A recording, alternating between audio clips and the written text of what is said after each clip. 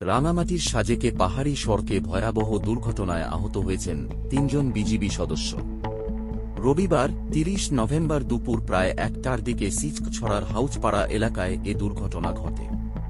প্রত্যক্ষদর্শী ও পুলিশ সূত্রে জানা গেছে, বাঘাইহাট ৫৪ বিজিবি ব্যাটালিয়নের সাজেক বেস ক্যাম্প থেকে নিয়মিত টহল মিশনে বের হয়েছিল একটি স্কট পিকআপ। টহল চলাকালীন হঠাৎই পিকআপটি নিয়ন্ত্রণ হারিয়ে সরাসরি গভীর খাদে নিচে পড়ে যায়। দুর্ঘটনায় আহত হয়েছেন ৩ জন, নায়েক মোহাম্মদ মোয়াজ্জেম, সেলিম ও রাকিব।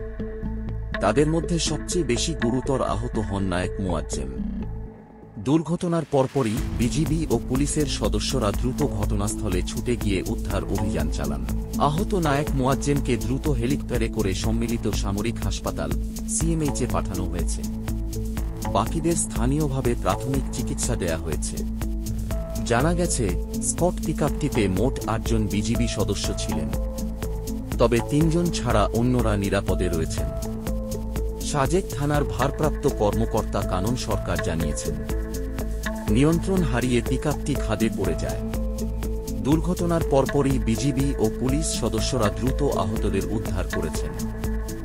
আহত ৩ জনের মধ্যে একজনের অবস্থা আশঙ্কাজনক হওয়ায় তাকে হেলিকপ্টারে সিএমএইচে পাঠানো হয়েছে। পাহাড়ি এই দুর্ঘটনার ঘটনায় এলাকায় আতঙ্কের সৃষ্টি হয়েছে। দুর্ঘটনার প্রকৃত কারণ তদন্ত করে দেখা হচ্ছে। পরবর্তী আপডেট পেতে আমাদের চ্যানেলটি সাবস্ক্রাইব করুন।